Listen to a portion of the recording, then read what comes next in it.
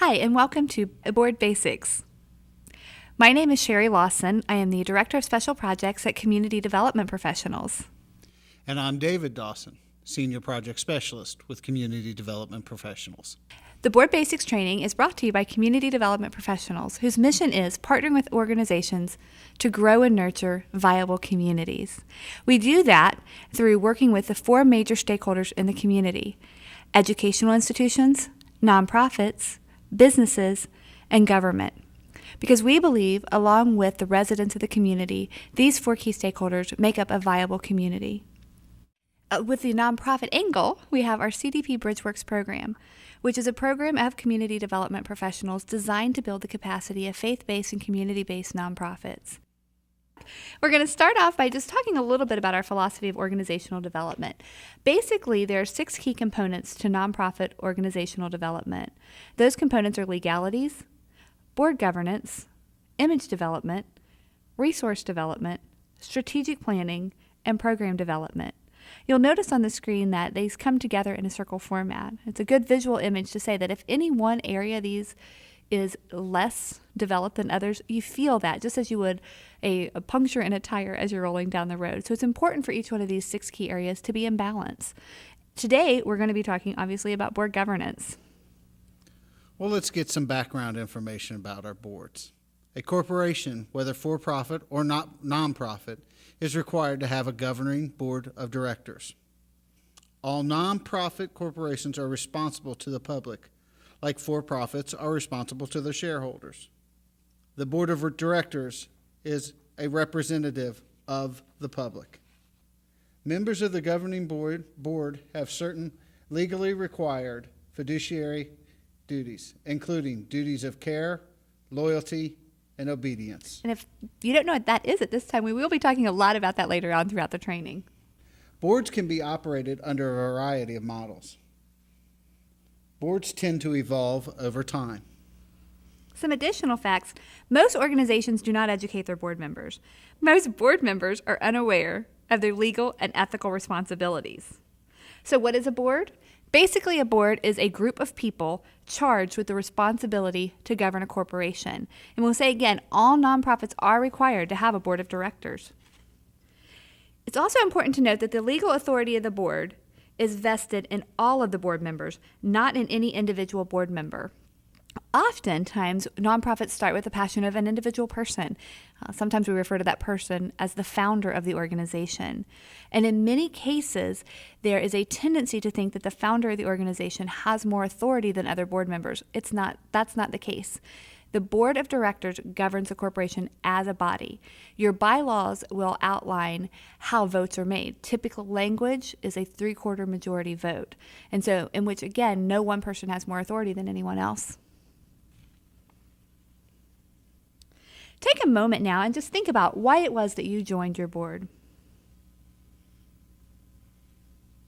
All right, at this time, we'd like to look at the top 8 roles and responsibilities of a board. Role number 1, responsible for duties of care, loyalty, and obedience. Care of duty. Board members should understand the nonprofit mission, regularly attend and participate in meetings, and be prepared to make informed decisions. Let's talk about the how when we refer to duty of care. Attend and participate in board meetings and be on subcommittees. Engage in activities of the organization like fundraisers and marketing events. I have to tell you, Dave, that is the one that really stands out to me as being involved in fundraisers. I can't tell you how often I have attended a fundraiser, and because we work with your nonprofit boards, I know the board members, and it is really frustrating to go to a fundraiser and not have a board member present. Basically, what you're doing is asking me to give me your money, and you're not even bothering to show up. It's really important for board members to be present in fundraisers. Yeah, if they don't show their support and how they care for the organization, exactly why should I? At this time, let's take a look at an activity. Duty of care calls for each board member to know the mission statement of the organization. Without discussing with others, please write down the mission statement of your organization.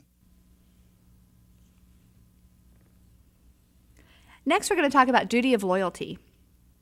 Basically, what we're saying here is that board members must put the interests of the nonprofit above their own when they're acting as board members. One of the things we talk about a lot at CDP is what hat we're wearing. And that's what we're talking about when we talk about duty of loyalty. It is important for you to know what hat you're wearing when you come into the boardroom. Many people are recruited as board members because of their community connections, their business connections, their background, and their experience.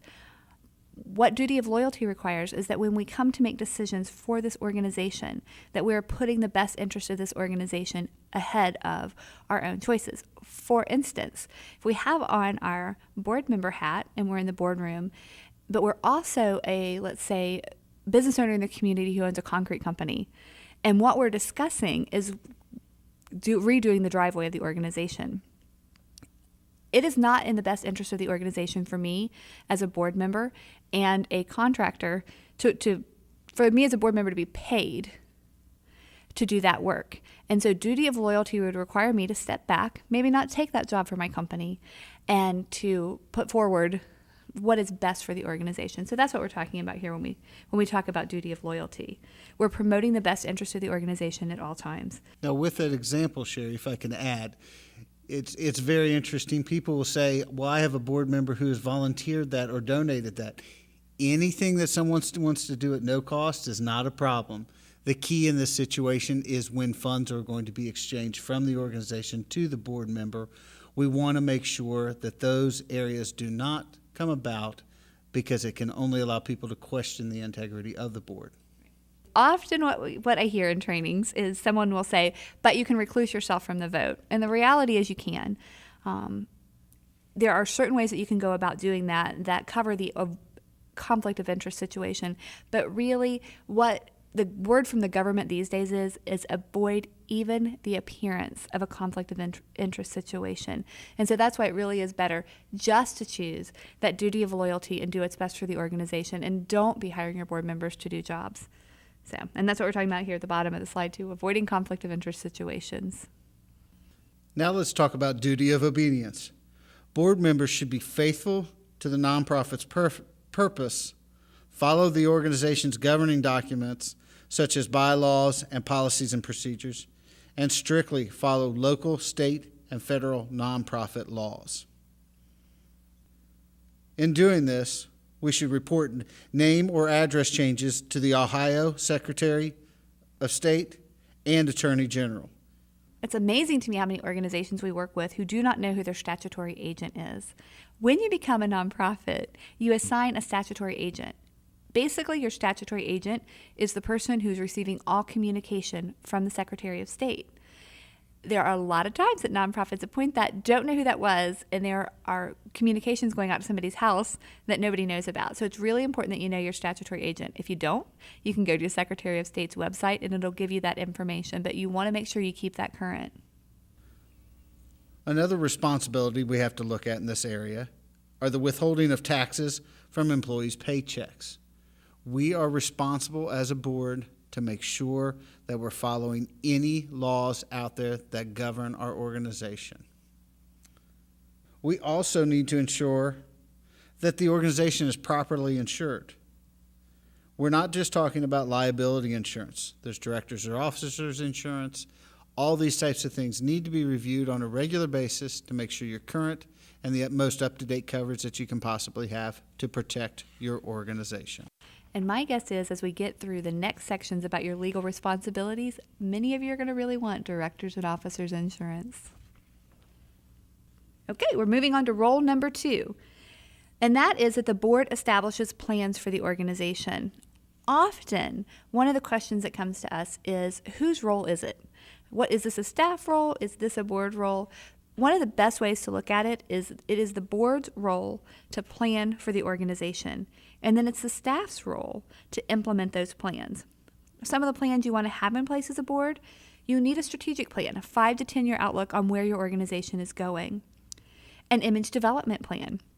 An image development plan is deciding how you are going to market your organization in the community. What is your image going to be in the community? A resource development plan is looking at where your money is going to come from. And a program development plan is what programs are you going to be offering, and you want to do that in a strategic way.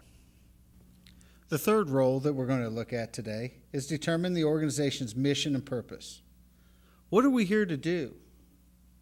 Are we doing it? Is what we are still doing relevant?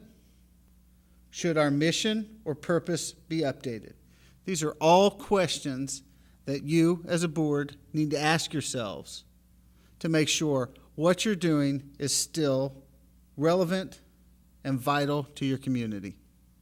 One of the examples I have of that is before I came to work at CDP, I was the executive director of a pregnancy center. And for years, the mission of that organization was helping women in unplanned pregnancies. And then somewhere along the way, people realized there was more than one person involved in that. And it became important to take women out of the mission statement and put in all people that were involved in that. You want to be careful when you're looking at changing your mission statement. You don't want to get away from who you were originally called to be. However, there are times when it does make sense to make that change. Role number 4, it's also the board's role to select and manage the CEO or executive director. Basically, the board is hiring, firing, and holding the executive director accountable. It's important to understand here that it is the board who oversees the executive director and the executive director who oversees all of the other staff and volunteers. Often we have board members who want to come in and tell staff members, other than the executive director, give them duties. This really confuses the flow of communication. So it is important that, let's say I'm a treasurer and I have an issue with the way the bookkeeper is doing something. I'm not going to the bookkeeper themselves and telling them that because it leaves the executive director out of that loop. And we want communication to be strong in our organization. So the treasurer should go to the executive director, who then would make corrections to the bookkeeper in a supervisory type role. Okay, let's look at role number 5. Ensures adequate resources. What are the resources needed to implement the strategic plan? And how are we going to get those resources? I think this is a key area to look at when we talk about the board is responsible for the resources and funding of the organization, but they are also responsible for the programs and the direction of the organization. We find it necessary for the board to be involved in both aspects. What I'd add too, as a former executive director, I know that this is the number one reason for executive director burnout. You know, it takes approximately 2 years for the average director to be fully trained. And it's probably not a surprise to know that the average executive director lasts about 2 years. And I think one of the number one reasons for this is this area of feeling the weight of having to make sure that the funding is there to meet the program needs. And so this to me is one of my hot button issues, again, as a former executive director, of having felt that weight. The board is supposed to be there, and they're supposed to make plans for the organization and then ensure that the funds are available to accomplish the plans they've made. At this time, we'd like you to do a short activity. Please write down how you feel the board is involved in fundraising.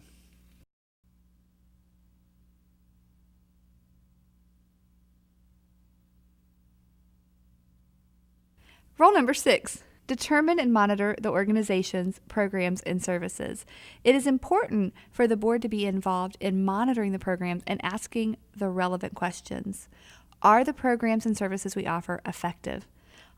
Often we will offer a program for years and years beyond its effectiveness because we'll have the "we've always done it that way" mentality. It is important that not only are you asking the question of are our programs and services working, but also how do we know that? You should never start a program in your organization without some way of evaluating the success of that program. So you also want to ask the question, are we meeting our strategic goals and objectives? Take a moment now and think about or write down how the programs and services that are being offered in your organization and how they meet a community need. Okay, role number 7. Enhances the organization's public image. Board members represent the organization in the community. They are the face of your organization out there. That's why it's so important to be active. That's why it's so important to be a part of the board so you know what is going on. An uninformed board member is one of the worst things your organization can have out there. When somebody stops them and asks them a question about the organization, you want that person to be informed. You want that person to understand, even if it's bad things that are going on, they need to know what's happening inside your organization so they give a true representation of your organization. Are board members reputable? These are questions that we have to ask ourselves and make sure that we are looking for reputable people to be on our board to give the best image and to give us the best possible scenario to be successful. If we were in the classroom at this time, we would talk about how we would handle a board member involved in a public scandal. I think it's important for you to think about that. Often what we do is, because we work so closely together and we're in the trenches together, we have a tendency to want to brush over that and say, we love each other and we're going to support each other in scandal. But if we go back to duty of loyalty, it's important that our board members represent us well. So if you have a board member who might be involved in a public scandal or who has a reputation that is not great in your community, you really want to think about that, because your donors see your board members as the face of your organization. Role number 8, the board is responsible for assessing its own performance. You need to be doing regular evaluations of your executive director. I would say, please don't ever have your executive director have to come to you and ask for an evaluation. You need to be responsible for doing that. But along the same lines, we also need to be doing regular annual evaluations as a board. How are we doing in accomplishing each of these 8 roles and responsibilities?